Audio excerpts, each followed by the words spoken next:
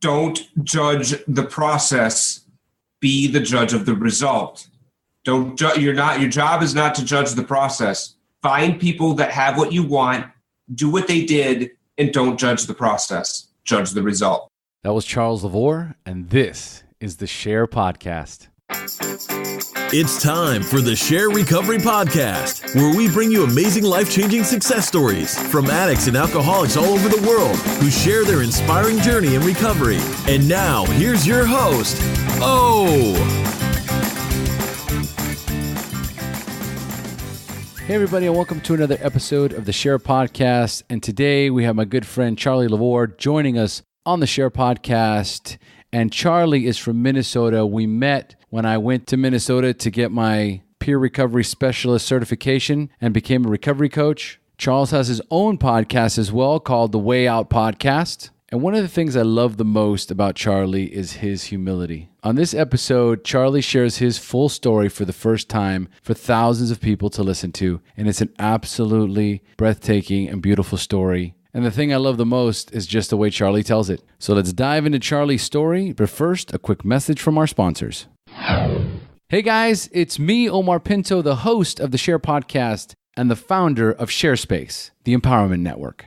Do you ever wish you could connect with people on a similar level? Do you ever wish you could figure out what is preventing you from being truly happy? Now imagine this. It's 30 days from now, and you are now becoming more self-aware, taking accountability and ownership for your life decisions and no longer playing the victim role or miserable with the daily routines of life. People in your life will start to notice something about you that's different. Your confidence when you walk into a room, the questions you ask, and the positive presence you attract. You understand life happens for us and not to us. If this sounds like the type of community you would like to become a member of, then ShareSpace is the perfect place for you. ShareSpace is a paid online membership community that leverages the collective knowledge, experience, and support of the group to help you find happiness, fulfillment, purpose, and balance in every aspect of your life. For more information and for a 15-minute free, no obligation consultation with me, go to www.sharespace.net. Remember, SHAIR is spelled SHAIR, and sign up today to find out if ShareSpace is the right fit for you. ShareSpace. It's time to believe in yourself again.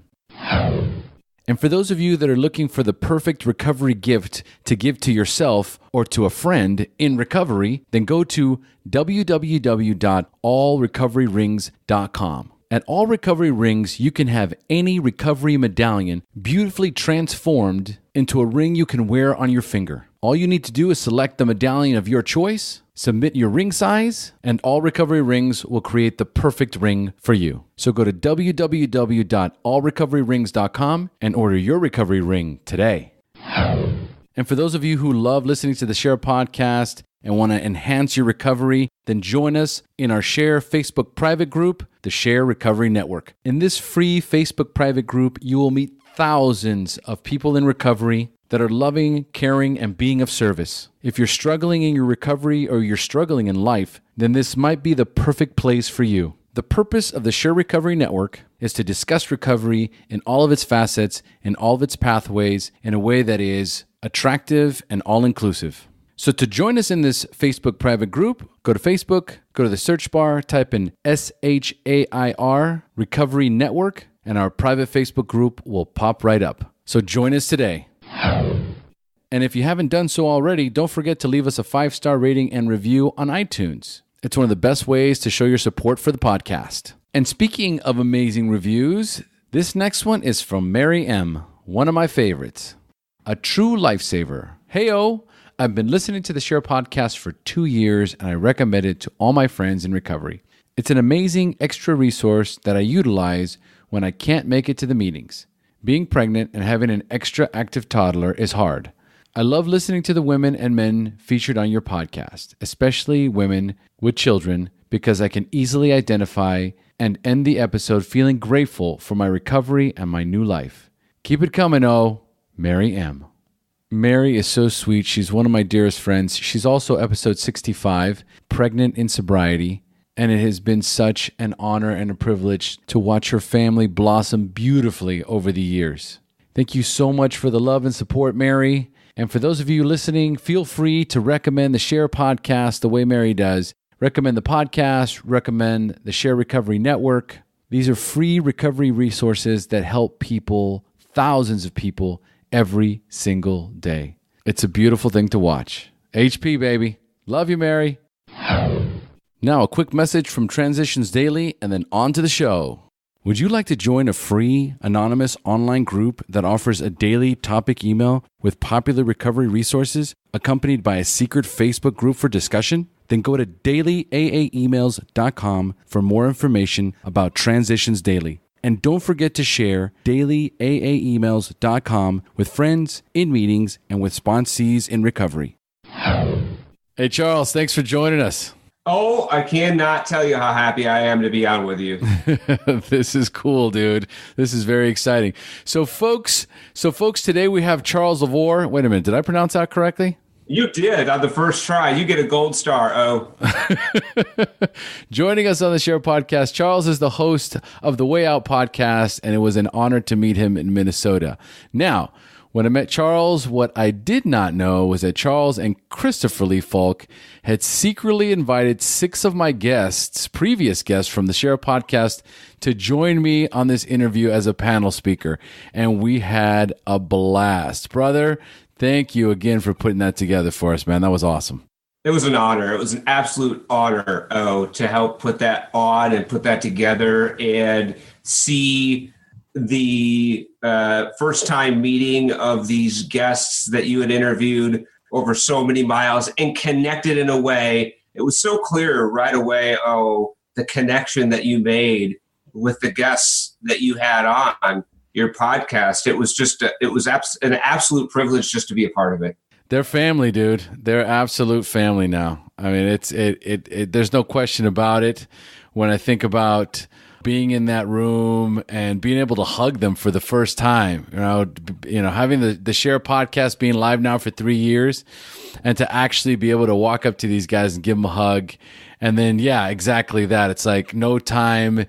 It's like we've known each other our whole life. So it was cool, dude. It was absolutely awesome. So thank you again. It was my pleasure. All right, so let's dive into your normal daily routine, Charles. Do you like Charles or Charlie? Charlie. Okay, let's go with Charlie, dude. It sounds so not me. All right, Charlie. Oh, God, I feel so much better. Fuck. All right, Charlie. Take us into your normal daily routine, including recovery. Yeah, man. So, my day looks pretty normal on a day-to-day basis. I get up in the morning and before I do anything else, I hit my knees and I pray to a God that I only understand a little bit to help me do His will for me and be of maximum service to Him and to the people around me. And that's how I start my day. And I do my my morning routine, and I don't leave my bedroom until I've done my daily readings and meditations. And that's how I operate from a morning perspective. I've done it for 3 years, and I've been continuously sober for that long, so I'm not about to change it. And it works out pretty well for me. I work as a technology consultant manager here in the Twin Cities. So that's my day job, and that keeps me pretty busy. And it's an amazing opportunity to be able to coach and mentor a team who I have the privilege to be able to develop into increasingly more competent and confident professionals and help them drive their incomes, which improves their lives and improves the lives around them. So it's a privilege to be able to work with a team and be able to do that in that capacity. And I have 2 kids, and those 2 kids are 13 and 15. Well, no, one just turned 16, so I shouldn't say that. Yeah, they're not kids anymore. No, man, no. They're turning into adults with their own opinions. Oh, and I don't know if I like that. To be real clear about that. Well, one of them was there helping you do all the audio and the mixing. So you're teaching him a trade too. So that's right. That's awesome. Does he love it?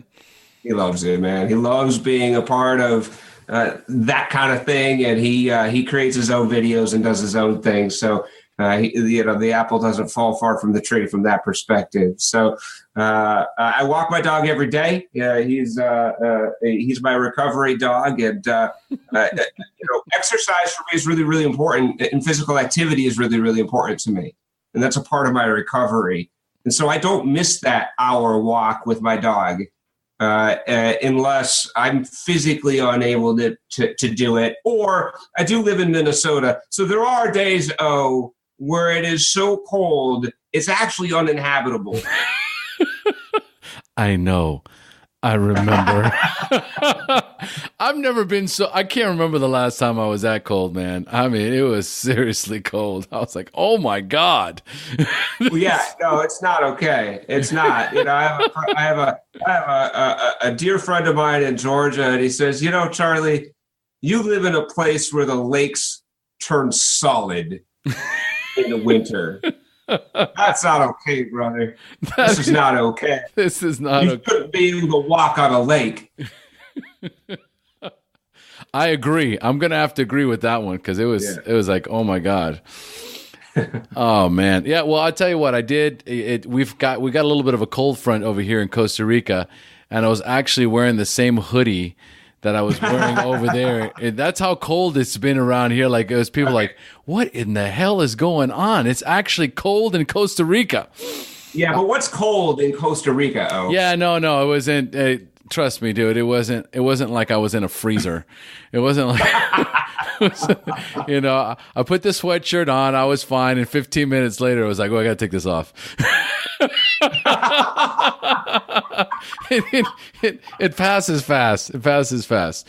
But anyway, all right. So tell us a little bit about how you maintain that spiritual condition, that conscious contact with your higher power. Yeah, that's really important to me on a daily basis. So, there's a saying that I really, really like, and I learned early on that I can't be quicker than God. And what I mean by that is, if I decide that I'm going to react to a particular situation or respond to a situation before I check in with the God of my understanding, then I'm quicker than God. So, besides that constant contact in the morning where I'm praying for the ability to be able to carry out his will for me, which is to be of maximum service, right? Throughout the day, I need to check in with my higher power so that I don't jump the gun and act out how I want to act out. And if I do that, then I'm acting out of self-will. Yeah, absolutely. Right?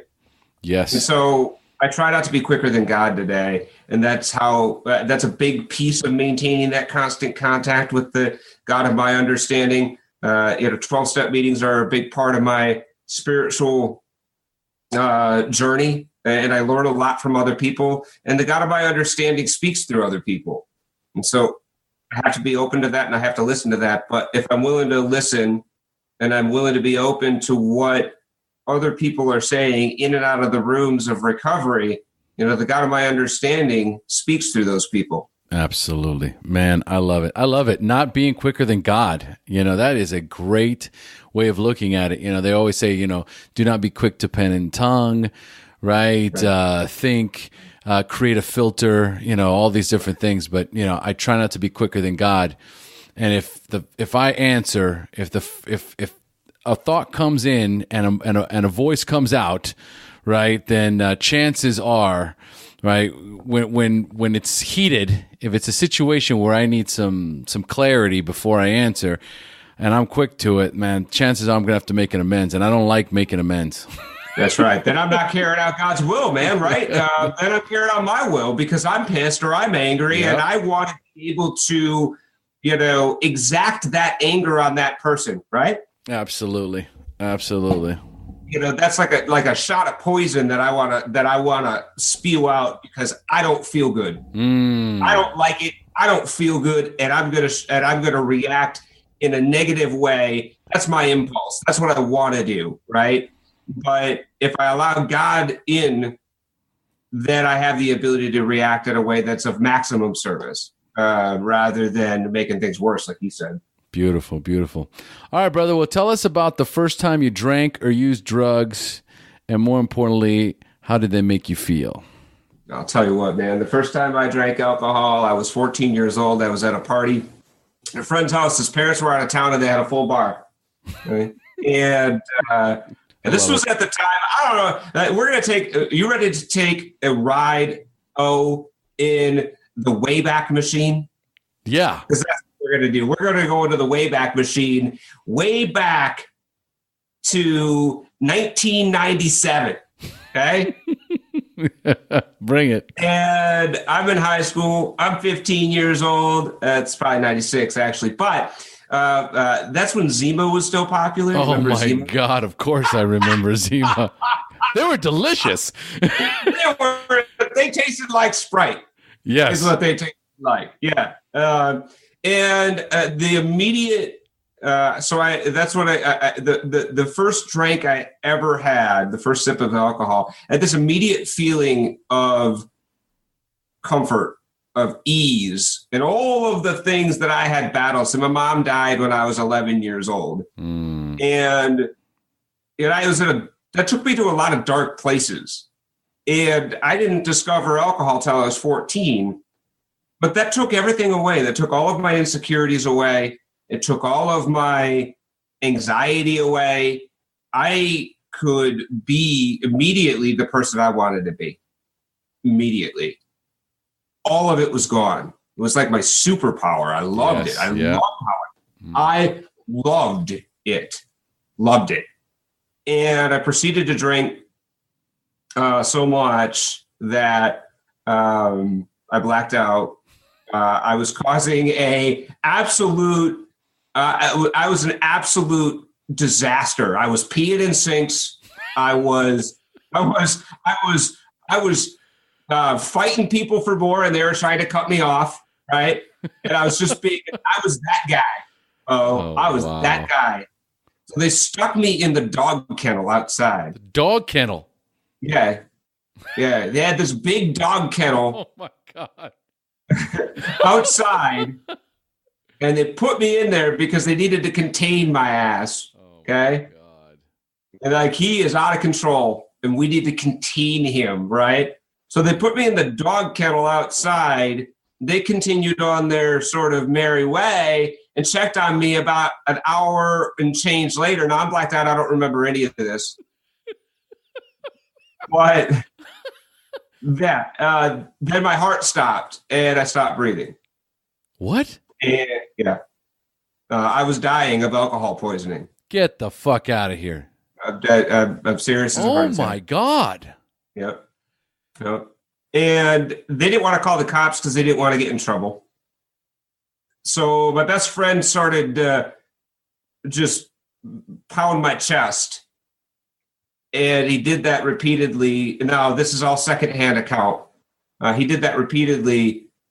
And for I can't explain to you why I woke up when I woke up. I threw up. And they proceeded to feed me an entire bottle of syrup of Ipecac. And I proceeded to vomit for 12 hours straight in their garage. Oh, my God. That was my first experience with alcohol. Wow. When, dude, when after this did you say, I think it's safe for me to drink again? The next day. Oh, stop. I'm dead serious. Oh, my God, dude. This is dead serious. For those of you listening. I didn't remember it. I didn't even remember it, right? So, none of it was real to me. God, you know what? You know what? All these people. And I became a legend, right? I became a fucking party legend. I was a fucking party legend Like, this dude fucking died. Yes. And he's still back at it. This guy's fucking nuts. This guy is. How many times did you get laid using that story? All the time. Yes. Oh, I would have been abusing the shit out of that story. You're goddamn right I did. Jesus Christ, baby. I came back from the dead. Do you have any idea? That's right. That guy might have a six-pack and can throw a football into a spiral, but I fucking drank so much that I was fucking dead. Dude, none of this at all sounds remotely like ease and comfort, dude. I'm like listening to this and it's like, I remember that feeling of ease and comfort. What the fuck? What, when the guy was pounding on your chest trying to get you to resuscitate you back to life? Oh my God. The benefit of a blackout. I had no, this is all, I have no firsthand memory of any of that. Oh my God, dude. Okay. When is your anniversary date? Like how much clean time do you have and when's your anniversary date? So I'm just over 3 years sober and my clean date is December 6th, 2014. December 6th. Oh, dude, you just celebrated 3 years. Oh, that's right.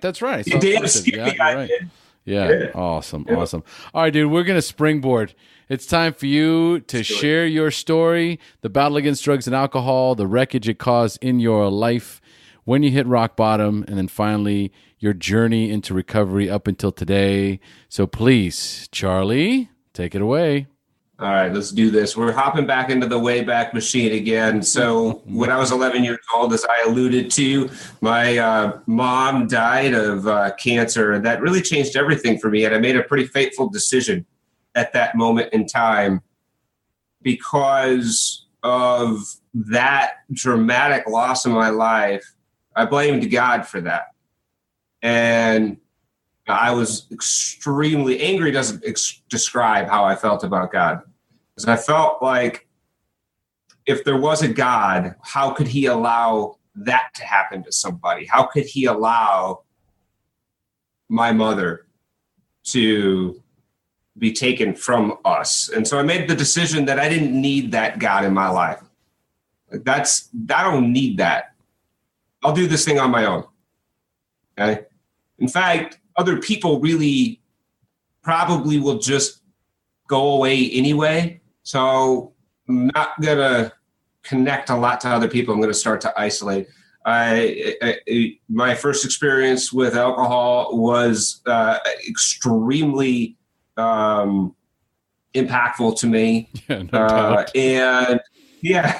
no doubt. But I loved how it made me feel. Yeah. And I wanted to do that as often as I possibly could because it was the only thing I knew to do that allowed me to feel okay. Yes. That allowed me that sense of ease and comfort. So I drank as often as I possibly could. The problem was at age 15, it's hard to get booze. Right? It just is. So, but pot was available. It was next door. My next door neighbor was a dealer. He answered his phone, Joe's Pizza. How can I help you? And he wasn't talking about pizza. Just like in the movies. That's right. That's correct. He had a mini fridge and it was all pot. So pot became my drug of choice. I loved it. I also loved how that made me feel. And it took all of that anxiety, all of that fear, all of it away and allowed me to feel okay. Right. And I got to hit that proverbial eject button. I went to treatment for the first time when I was 16 years old. And I'm sure nobody can relate to this, but I completely bullshitted everybody in that treatment center. And like what?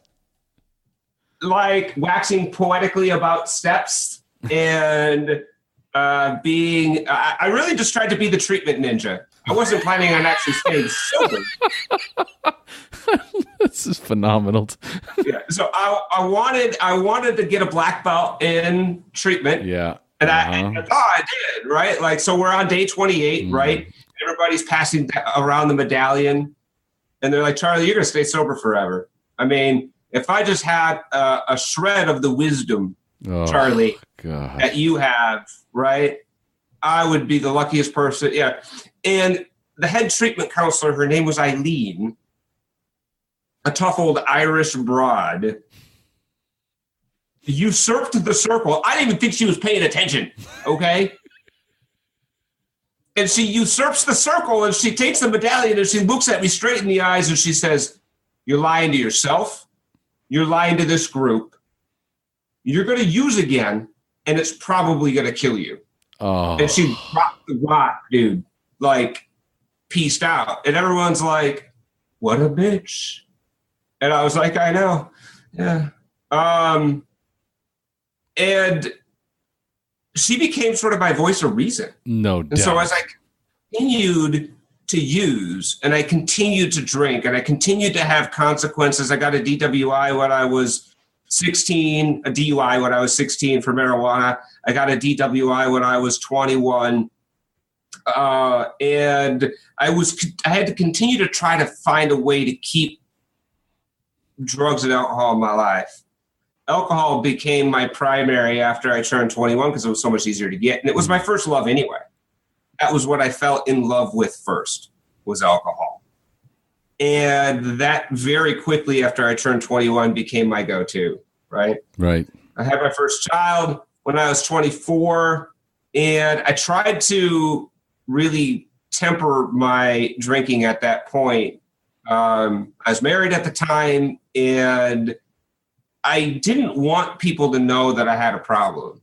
So I really tried to keep it under wraps. So that was really the first time when I got married and had a child, was the first time that I transitioned from not really caring how much I drank, any of that, to trying to moderate it, right? And trying to hide it, conceal it, right? I certainly didn't want my wife to know that I went to treatment. I certainly didn't want her to know about my DWIs, right? She knew none of that stuff. So that began this life of this Jekyll and Hyde kind of life, right?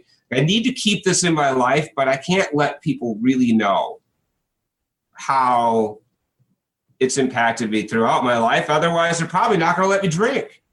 So you said you said you didn't want her to know about the DWIs. So you'd already had a few of them?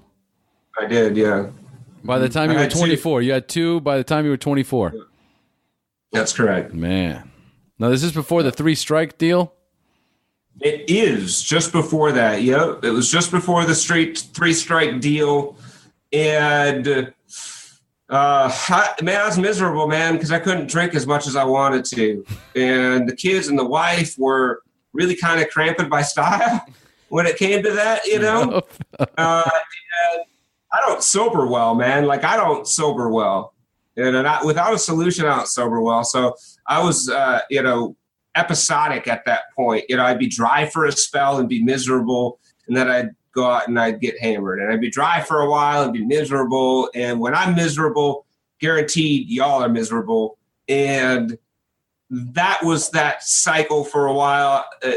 We ended up getting divorced.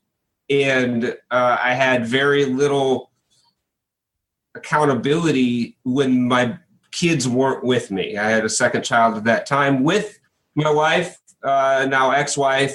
And that's really where my drinking started to take off quite a bit, because I had this time where I wasn't having to be accountable to anybody. Right. And I could drink like I wanted to drink. Yep. And it'd been far too long, man, far too long. Where I wasn't really able to drink how I wanted to drink. And so I made up for lost time, for sure. And I would go out on binges on the weekends when I didn't have my kids. I had them, every other weekend they were with their mom. So I was able to binge out. Right. And then I would maintain when the kids were with me, right?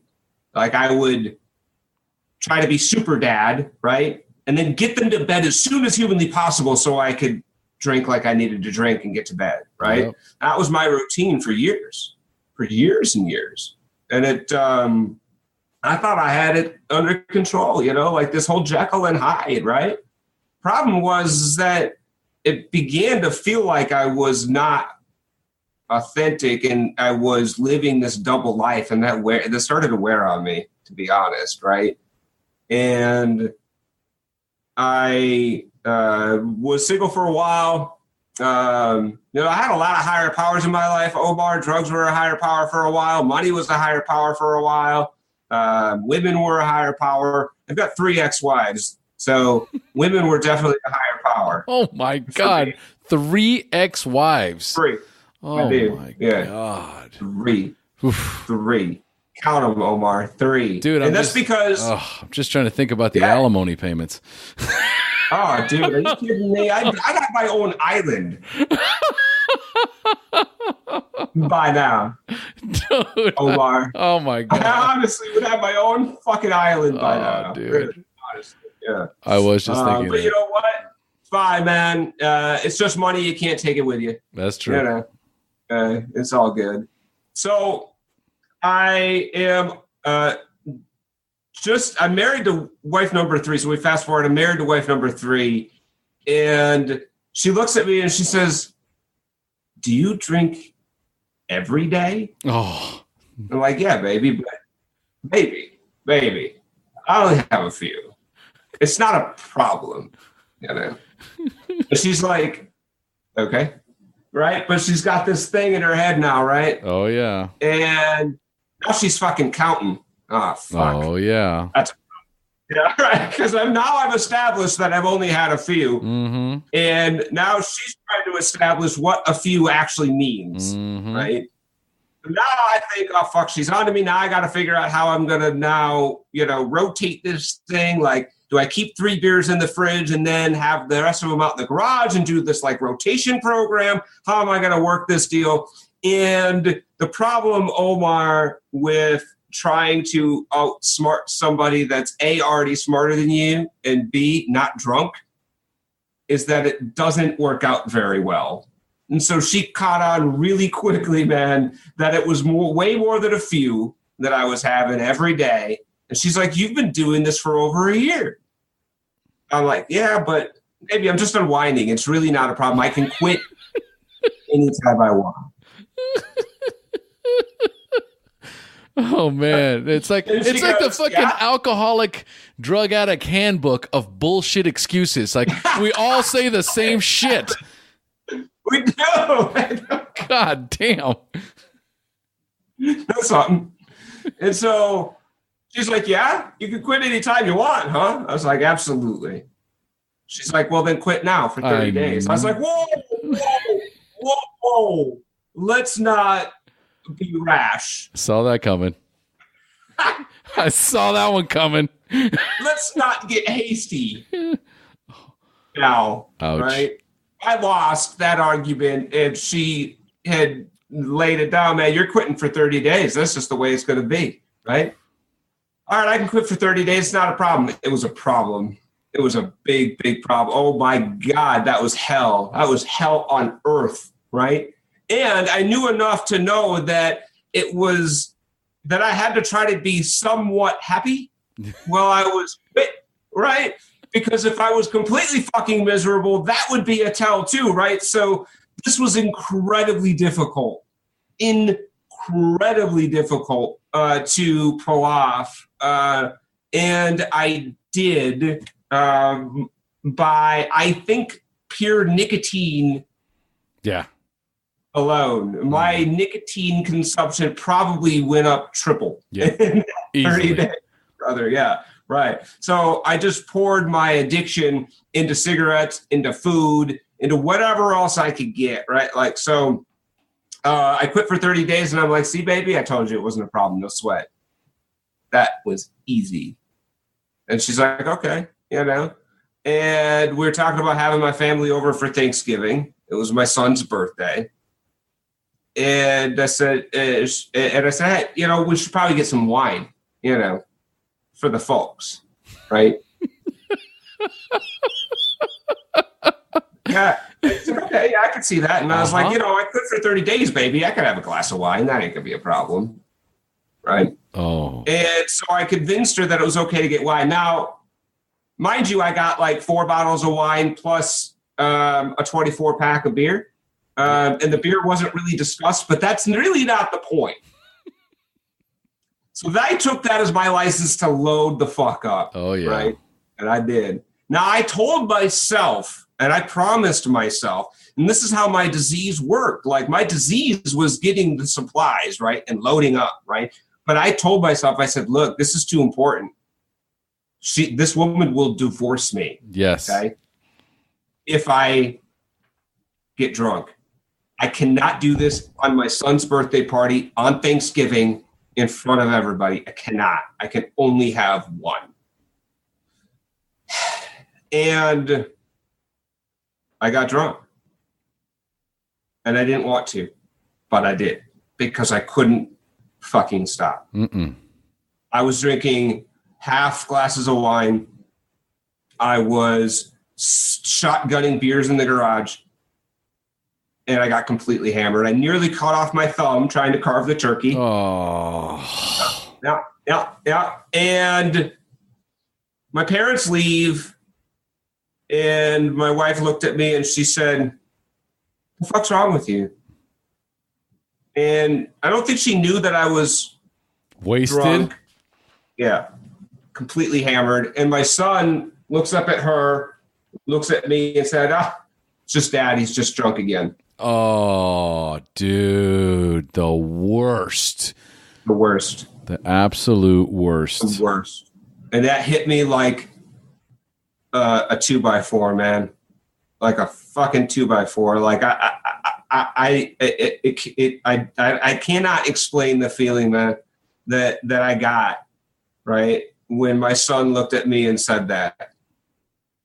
And she looked at me and she said, "You got to go to treatment. Like, you just got to go.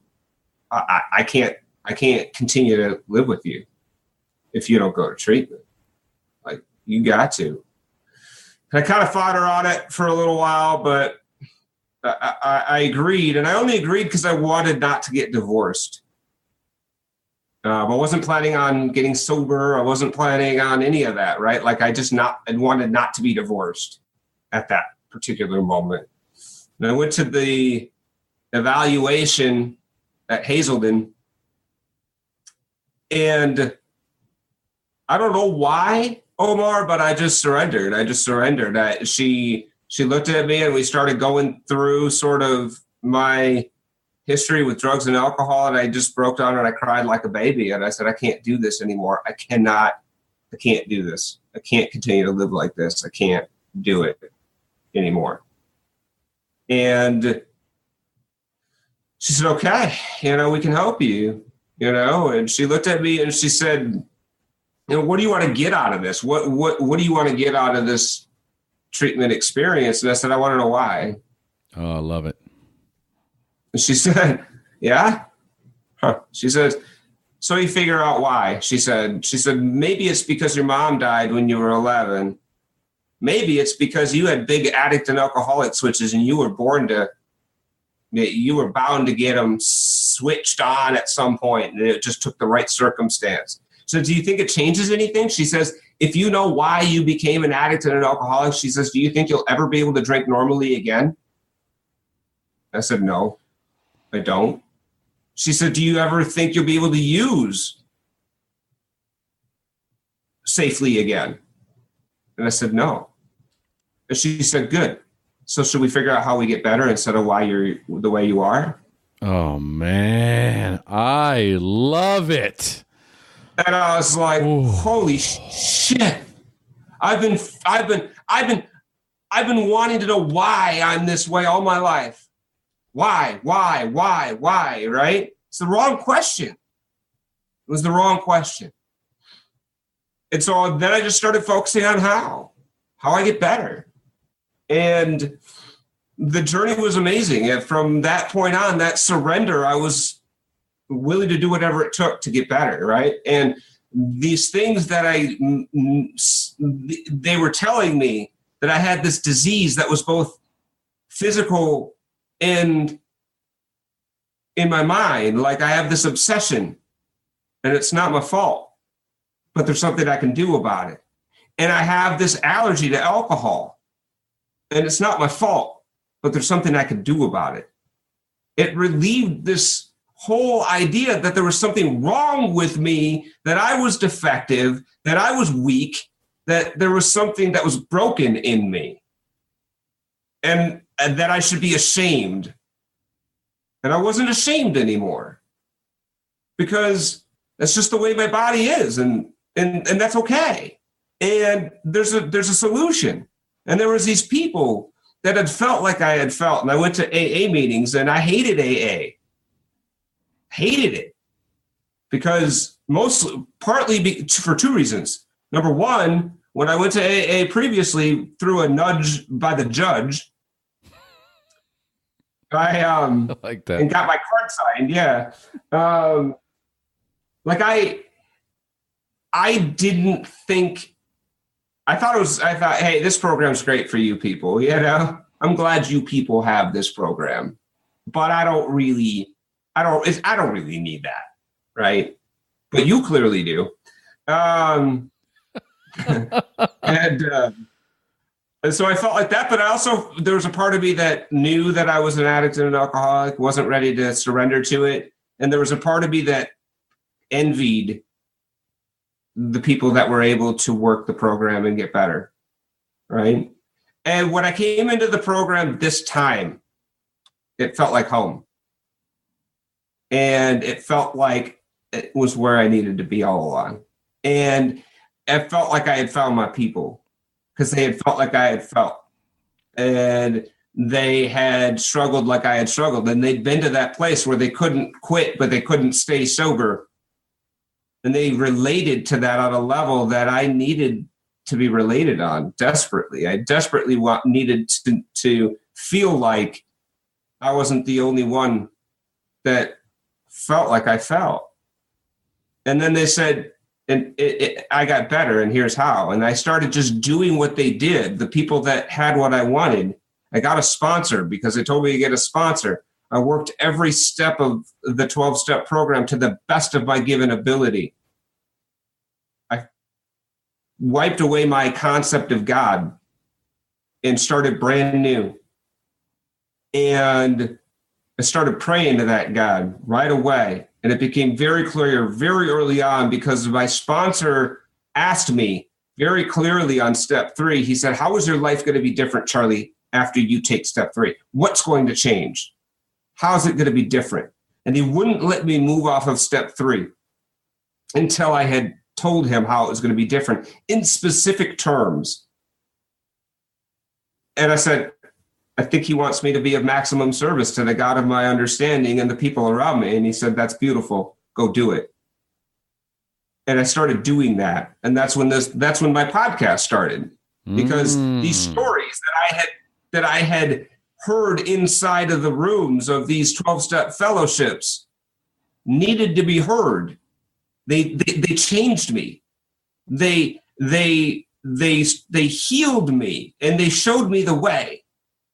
And they showed me the way out of the awful, awful place I was in, the impossible place of I can't quit, but I can't be sober, or I can't continue to use, right? Like they showed me the way out. And so I was like, I gotta share these stories, right? And that's how the podcast started. And today, I continue to be of maximum service to the God of my understanding and the people around me. And my life continues to it continues to get better, man. It just continues to get better, every day. Not every day is a banner day, but I'm grateful every day. Dude, have you shared your story at Saturday Night Live yet? No, I have not yet. Fuck, dude, you need to go do that. I love the way you share your story, man. I love the way you share your story, because it allows the listeners to understand, clearly and, beautifully the transition that happens, and how that regardless of how bad things continue to get worse and worse and worse, and we hold on to this. We continue to chase that high, year after year after year, and we think at some point we're going to figure it out. At some point we're going to be able to capture that small moment, that very small moment when we take that first drink every single time, and you get that ease and comfort that you've been trying to encapsulate your whole life. And then for that brief moment it lasts, and then it just turns into this hours and hours of absolute deplorable, incomprehensible demoralization. And you know what? If people are having a tough time with the idea of hope, this is what gets me really, really, this is what really, really, like I want to hone in on Charlie's story. If you're having a hard time having hope, right? We as addicts and alcoholics, we hold on to hope every time we drink. Every time we drink, we hope this time I'm going to be able to figure it out. This time I'm going to be able to hold on to that feeling of ease and comfort just a little bit longer. And the insanity of it just continues because it never does. And yet we try. It's a beautiful, beautiful, beautiful way to put it, Omar. And I can only say that, drugs and alcohol were my solution. And they did for me what I could not do for myself. But the problem was they became the problem. And isn't that the bitch? Oh, dude. There's a lot of things. I was taking notes as you were sharing your story, and there's so much of it that, when you think about being in treatment and you think about, I was working for Costa Rica Recovery as a counselor, and you can see it. You can see it when the people, maybe not right away, because at first I would be like, wow, this guy's a superstar. This guy's like, he's going to make it. And then the other counselors is like, this guy's playing a rehab game. He's so full of shit. The minute he walks out of here, he's walking right into a bar. He is so full of shit. Goddamn right. And I'm like, really? He's like, he's tap dancing all over your ass, playing the rehab game. And I was like, and then I'm like, wow, dude. And then boom. It happens, and then you start to develop that thick skin, and you start to develop that keen eye and that keen ear. Those senses start to work in your favor, and you start to recognize, here we got a live one. We got a live one here. That's right. And I think we got a silver-tongued devil. And I've been asked this question a bunch of times too, which is something that I'm going to be using moving forward, which is, you ask them, why are you here? What do you expect to get from treatment? And they're like, I just want to know why. And then I'm like, okay, well, we're going to work on that while you're here. Hopefully we can shed some light on that, and then when it's like, okay, so let's say you do find out why. Let's say exactly what that counselor told you. And it's like, is that going to make any difference? Like, what does why you drink make a difference? You're stewing in a pile of shit, right? And it's like, it's like, why am I in this pile of shit? Who cares? Who cares why you're in this? I got my hand out. I'm trying to fucking show you how to get out of this pile of shit. Right. And all you're doing is staring in the other direction going, why am I in here? Oh, why? And I'm like, and I was thinking while you're saying, I've got a new analogy for this. And it's you're in a bowl of shit. Pile of shit. And you're saying, why am I in this pile of shit? You're like, never mind why. Take my hand. And it's, they hate the tough love that you get sometimes in the rooms, but it's like, when you hear shit like that, it's true. It's like, take the cotton out of your ears, stick it in your mouth, and shut the fuck up, right? Let me help you. Let me help you. And I think if we follow up with that, because a lot of times it's true. I mean, there is that here's the thing. There's the tough love mixed very strongly with self-righteousness and judgment. And that, to me, has no place in the rooms. There's judgment, has no place in the rooms. A stern hand followed by a warm, loving embrace makes all the difference in the world, man. There's nothing, I've hugged these guys and I can feel them, right? I can feel that that's what they need. And as tough as I need to be on them, I know how valuable it is to get some love from a place that has no strings. It's only there because I know you need it and I'm providing it for you the best that I can. And I'm hoping that by transmitting some of this love, that somehow this will be the seed that you need. I'll be able to plant that seed of love that the program really is there to do. It's not to judge you. It's not to say, I've spilt more than you've used and shit like that. And, I remember whatever. It doesn't matter. The point being is that, we need a strong hand sometimes, and we do need somebody to tell us, you're out of your fucking mind. You are going to be, the minute you walk out of here, you're walking right into a bar, right? That's and right. if you don't stop playing this fucking bullshit game and quit tap dancing around this, do the work, right? Get serious about this. And I love that. There's a difference between being tough and having tough love. I mean, the love is the key there, right? Like you could be just a dick, right? Because you're self-righteous, like you were saying, but there's no love there. No, none. You can't. The two but don't. There's tough love. The two don't coincide in the same place, right? Self-righteousness, judgment, and love don't coexist in the same room. There's not enough room. And when Eileen looked at me in the eye and said, "You lied to yourself, you lied to me, and you're going to use again, and it's probably going to kill you," right? That was tough love. Yes. Right? I never shook that the whole time. For 20 years, I never shook that. And when I had those moments of clarity after a DWI, after, a night where I woke up where I didn't realize where the hell I was and where my car was and how I got there, right? Those moments of clarity, Eileen came to the forefront and I heard those words. She's a beautiful person. And I'm a firm believer in transmitting energy. And you can say the same thing with the same enthusiasm and the same fervor.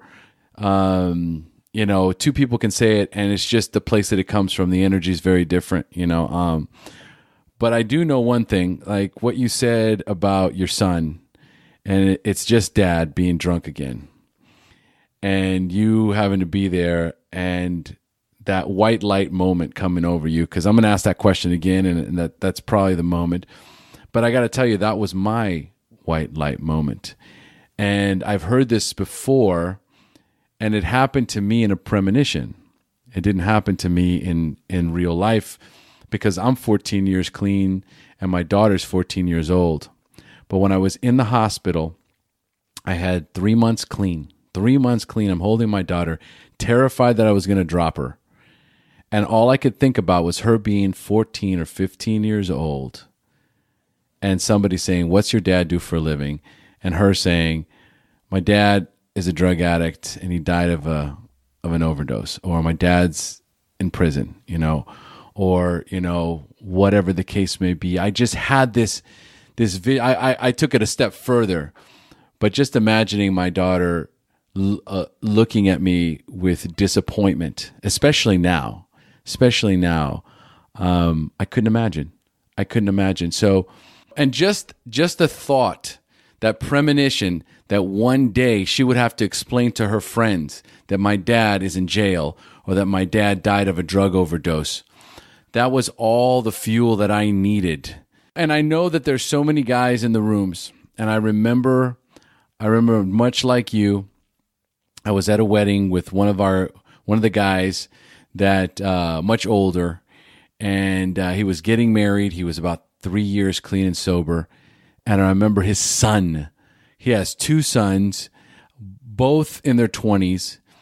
And one of his sons came up and spoke, and he says, "I just want to thank everybody in here that's in Narcotics Anonymous for helping my dad.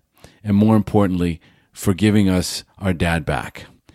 Everyone in that room, even right now as I say it, I start to feel like I start tearing up. Because if I get into that moment and I'm there watching him deliver that speech, talking about his dad, and watching everybody in the room just melt. And it's those moments where two things happen. Number one, there's clarity. There's this clarity about what you've done and what the drugs have done in your life. And then there's that unbelievable feeling of relief that comes with knowing that, oh my God, thank you. Thank you, God, for bringing me to this place and bringing me into this fellowship and connecting me with these people. Because this is one of those moments that I'll never forget for the rest of my life and could very well keep me clean forever. And that, without question, is those defining moments in our recovery that are unquantifiable. There's no doubt about it. Oh, and that's such a beautiful way to put it. For me, it was this idea, you talk about that sort of cutting straight to the core, straight into my innermost core. It cut through all the rationalization. It cut through all of the, but I need this, but how do I live without it? It cut through every single bit of fear that was attached, all of that. And I had that moment that I can't do this anymore. Yes. I can't do this anymore. Followed by there's a way out. There's a way to get out of this, right? Like, I can't do this. I've tried everything that I know to try to keep this in my life, and I can't. Not only is it destroying me, it's destroying my children, and I can't do it. I can't do it anymore. And that was that moment to be able to get honest enough with myself to be able to start to recover. And I think the most important thing, there's so many takeaways from this interview, but, stop asking why. Just stop asking why and start asking how. Forget about the why. Yeah, why is the wrong question. Why is the wrong question. Just ask how and surrender, and you will have a life beyond your wildest dreams. I have yet to speak with someone who has thoroughly followed our path and has not found the pot of gold, the rainbow, the unicorn on the other end, because it exists. You think you get so far down the rabbit hole that you can't see daylight anymore, and you start to believe that there's just no hope. But every single day that you get up and you try and recreate those few seconds of ease and comfort, you know what hope feels like. You know what hope feels like. And in these rooms, it just expands into days, and then it expands into weeks, and then into years. And then you forget. You forget just how bad it really was. Because me, 14 years later, if I even try to connect with it, it's just everything that I can do to tell the story. But the emotions are no longer there. I can no longer connect with any of that. And that, to me, is absolute grace, the grace of God. That's amazing too, Omar. I think, as I'm walking my dog Louie and I'm thinking about my story before we talk tonight, going back to the time when my mom died was such a dark place and it was such a dangerous place for me to go. But I don't go there alone today. I used to always go there alone. I used to always go back to that dark, awful place alone. And I would stay there for far too long. But I don't go there alone anymore. I go there with the God of my understanding. He's there with me when I go back there. And he was there with me tonight when I went back there to access the things I needed to access to be able to tell my story. It was beautiful. It was beautiful. I was just about to say that. Your story, the way you tell it, and that's why I asked if you'd shared it on Saturday Night Live yet, because it is a beautiful story and it's told in such, beautiful detail. There isn't a whole lot of drug-alogues, but it doesn't lose any of the impact. It loses none of the impact. The story is very clear, and that constant hamster wheel that's going on in our brains and this inability to stop and the insanity of our behavior and our actions, the loop that we live in, over and over and over again. It's so clear, but said in such a way that anybody could understand, and I could have my kids in there listening to it as well, because it's certainly not so far down the rabbit hole with details that, right. You know what I mean? So tell us a little bit about, because you kind of glazed over it, about starting the Way Out podcast. You know, how far along were you in your recovery when you decided, you know what, this is what I'm going to do? You know, it was interesting. I was I might have been 6 months sober, and I had that divine inspiration. Yeah, I went to school for radio when I was 19 years old, and I've always had an affinity for being able to do radio, but I never went into a career, because when I graduated from Brown Institute, I had 3 job offers, Omar. Okay? One was to do overnight farm radio in it's real life, Omar. In Nowheresville, Nebraska, right? That's awesome. For $12,000 a year. Okay. How could you pass that up? Yeah. The one was to do overnight oldies, okay, for like 13,000, and there was another one that was in between those two, and I thought, you know what, I can't. That was at the height of my, alcoholism, and there was no way that I was going to be able to accommodate my lifestyle on $12,000 a year. It wasn't going to happen. Money was more important to me at that time, and so I took a job where the money was. Accommodated my ability to sustain my disease. But the idea was this. I used to wax poetically all the time about my story, all the time. Okay? I did it in treatment, and it didn't get me sober. And I did it when I had the nudge from the judge, okay? And it didn't get me sober. And I could tell a good story. I know that, okay? But it didn't get me sober, okay? Telling my story didn't get me sober. And so I committed to myself that I was going to tell other people's stories. Oh, man. Yeah.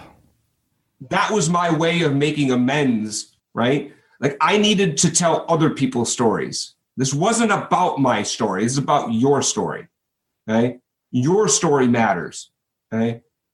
I got sick. I stayed sick telling my story because I know I can tell it well, and then I got this, this sort of like pride around it, and it didn't keep me sober.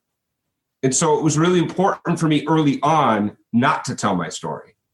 It was really important for me to listen to other people's stories. It was really important for me to listen, not talk. And so that's how and when I opened my ears to other people's stories, instead of concentrating on how I was going to tell mine, I was dumbfounded and amazed, and I connected, and I felt like they felt, and I became enamored with your story, not mine. And that's how this podcast got started.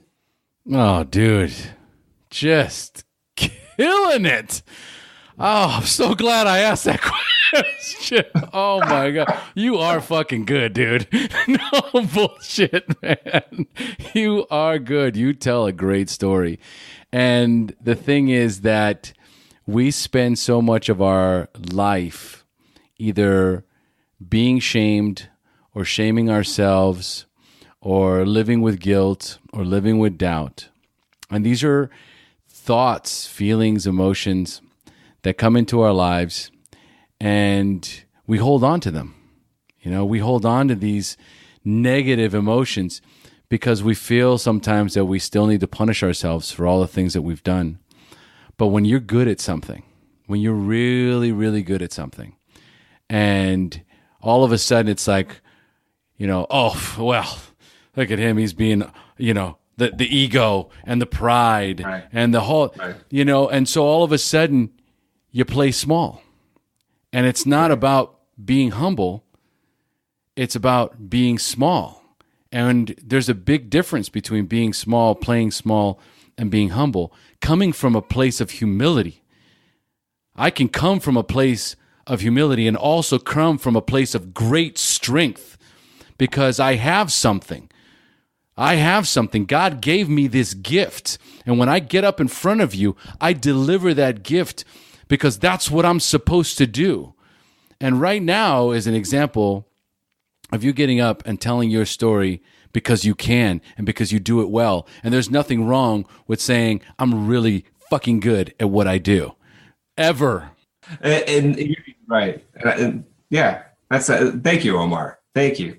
It's tough, man. And it's a message that we got to get out there more because there's this whole, if a girl walks up and she's overweight and, she's not that attractive and she's like, God, guys, I just don't feel so attractive and, I'm so shy and everyone he gets around her and goes, you're beautiful. Look at you. You're glowing and you've got this wonderful personality.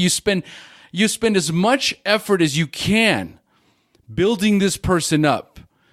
But somebody walks in and they're good looking and they take care of themselves and they say, wow, you know what? I feel sexy. I feel good looking. I feel really good about myself today. And the first thing you want to say is, wow, that arrogant, pompous, conceited bitch. How can she just walk in here like she's all that, right? And a bag of chips. And a bag of chips, right? And it's like, where is the balance? Where is the balance in recognizing when I'm being a self-centered, ego-driven asshole and someone who has confidence and somebody who is clearly living in their gift? And we have to give permission. We have to give everyone permission to live in their gift because it wasn't a gift for no reason. Our higher power didn't deliver us gifts for no reason. We're supposed to use them. So we need to live in our gifts. We need to recognize the gifts in other, and we need to tell them, hey, you know what? Stop beating yourself up, man. Focus on that. Live in this. This is something that is God-given. Run with it, and never be afraid to show that shit off. God bless you for that, Omar. And the ability to be able to tell my story today, and this is the first time I've really told my story in a meaningful way in recovery, and I felt good about it. Well, you should, buddy. You should. I can feel the place it's coming from, and so will others. Get your ass signed up for that Saturday Night Live meeting. All right, get in there. Done. All right, good. And it's the perfect time. It was 40 minutes. That's the perfect time slot. That's awesome. I was watching everything, dude. I'm intuitive. All right, so let's start closing up before my internet goes down again. All right. All right, so the way I like to close, and I like to close for the newcomer. So I'm going to ask you 5 questions about early recovery, and I want you to respond with inspiring answers you can share with our newcomers. Are you ready? I'm ready. All right, so number 1, what was keeping you from getting clean or staying clean when you first got introduced to recovery? The biggest thing that kept me from staying clean and getting clean is that I didn't think that I was like those people. So I was looking at the differences. I wasn't looking at the similarities. And I wasn't at a point where I felt like the other piece was I judged the process, Omar. Like, I looked at that process and I was like, that's ridiculous, man. There's no way that's going to work. I'm smarter than that. And those steps aren't going to work. They're just not going to work. I can see it just by looking at them. They're not going to work. Right? So that's what I was thinking inside. And I learned, I heard very early on from Joe and Charlie that you're not supposed to judge the process. You're supposed to judge the result. I love it. And that to me was a big difference. But again, the biggest thing was that I just didn't think it was going to work for me. I love it. I love it. All right. So number 2, at what point did you have a spiritual awakening, that aha moment in recovery when you accepted that you were powerless over drugs and alcohol, but for the first time had developed the hope that you could recover? Amazing question. The hope came when, so I surrendered in that treatment counselor's office. I cried like a baby, and she told me I was focusing on the wrong question. And the first time I realized that I could get better is when I understood that this was a disease that I could recover from, that this wasn't something that I was failing at, that this wasn't something that was because of poor willpower or because I didn't try hard enough or any of that. It was a disease. And that removed a tremendous amount of shame and guilt that I had associated with my alcoholism and my addiction, that I was deeply defective and flawed, I thought, and I couldn't let anybody know how deeply flawed I was and how deeply broken I was. And the disease concept told me that no. There are a lot of people like you, and you can get better, and it's okay. It's just a disease, just like anything else, just like diabetes, just like anything else, and you can get better.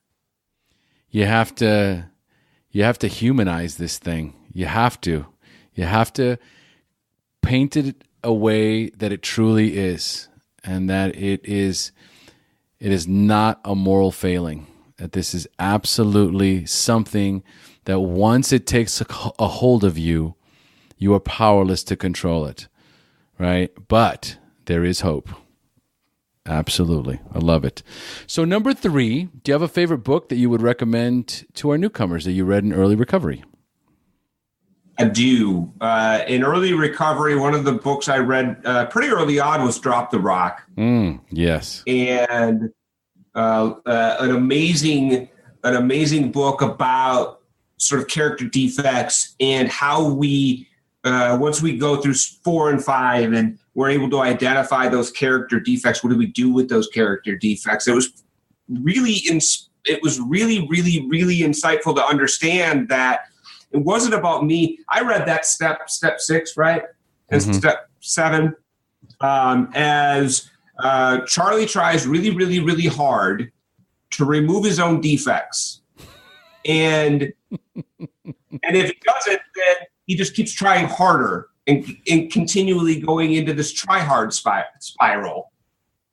That's not actually what the step says, come to find out. That it's actually that became entirely willing to have God remove these defects of character and then humbly asked him to remove those. So Drop the Rock allowed me to understand that I need to give those to God. Yes. Okay.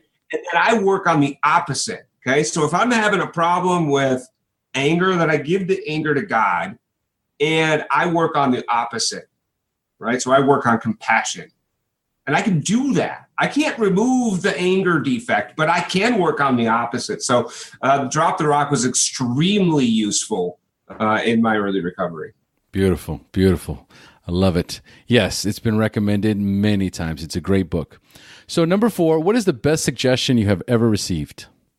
The best suggestion that I ever received, I had a hard time with step 2 and 3, which was came to believe that a power greater than ourselves could restore us to sanity, and turned our will and our lives over to the care of God as we understood him.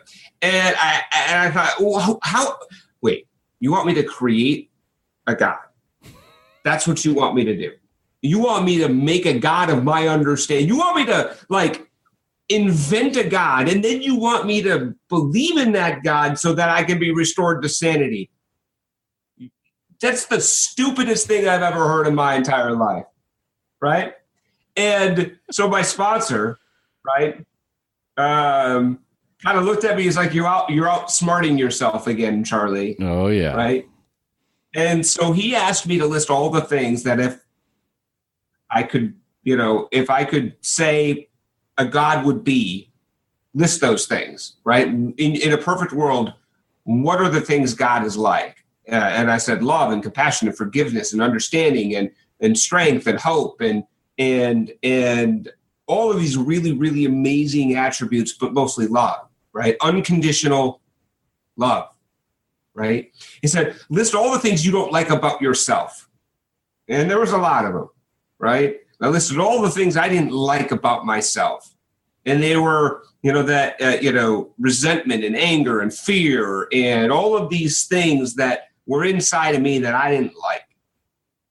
And he said, all of those good things, Charlie, that's the God of your understanding. That's it. It's that simple, right? And your journey is going to be to move towards those things and away from the things that, are on the other side of that list. And it made sense to me. It made sense that I could believe in a God like that. And so I just wiped the slate clean and I started praying. And that's the other suggestion I would say. I know you said one, but two, I just started doing the things people asked me to do. They said, get on your knees and pray to a God you don't understand. And I said, that's stupid. That doesn't make sense. But I started doing it. And then, and then an amazing thing happened. I started changing. Yes. And I didn't know why. I didn't know why that was. But because I was praying to a God that I didn't understand, and because I was developing this relationship with this God that I had absolutely no concept of, somehow my life was getting better. Somehow I was getting better. Somehow the obsession to drink and use got lifted. And I can't explain that. Can't. Even today at 3 years sober, I can't explain that. But I can tell you with full certainty that I didn't do that. Because I've tried to do that all my life and I failed miserably. But somehow when I asked this God that I didn't understand to do this, it happened. And I used to think that people that would stand in front of everybody in a 12-step meeting and say the obsession got lifted, I thought they were lying. Right? Through their teeth. Like that doesn't happen. That's not real life. But I started to do what they did, and it happened to me too.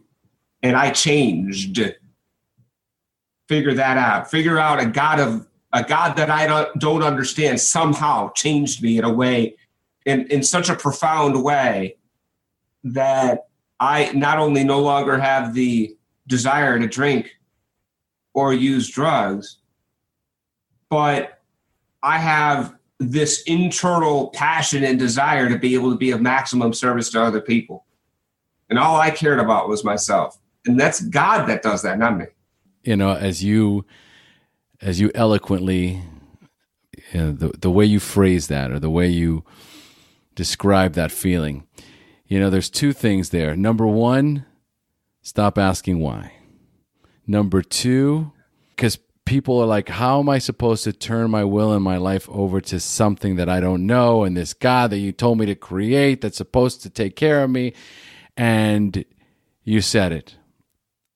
It started to work because I started to change and things got different. So it doesn't matter why. You didn't see shit. And all of a sudden you feel better. So you got proof. There was proof. That's the proof that there's something greater than me out there. And when I ask for help, it helps me. So it doesn't matter what it looks like or how or the words I use to describe it, right?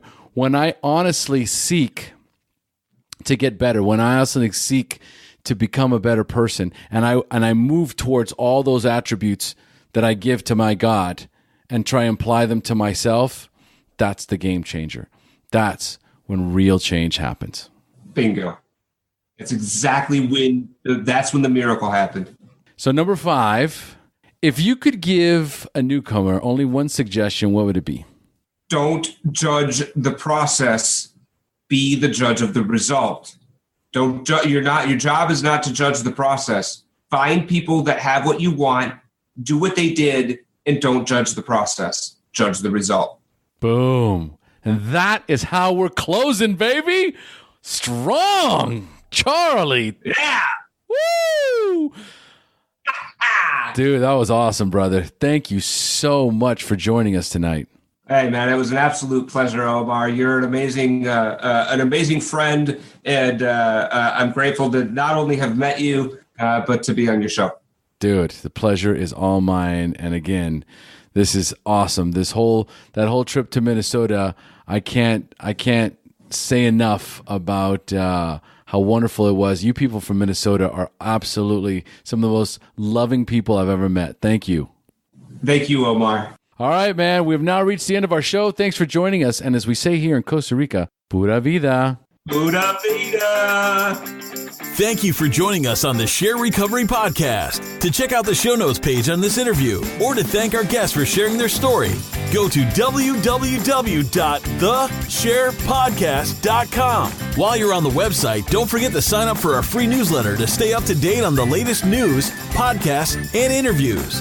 Want to be one of our guests and share your story? Then go to our website and click on the Share Your Story button.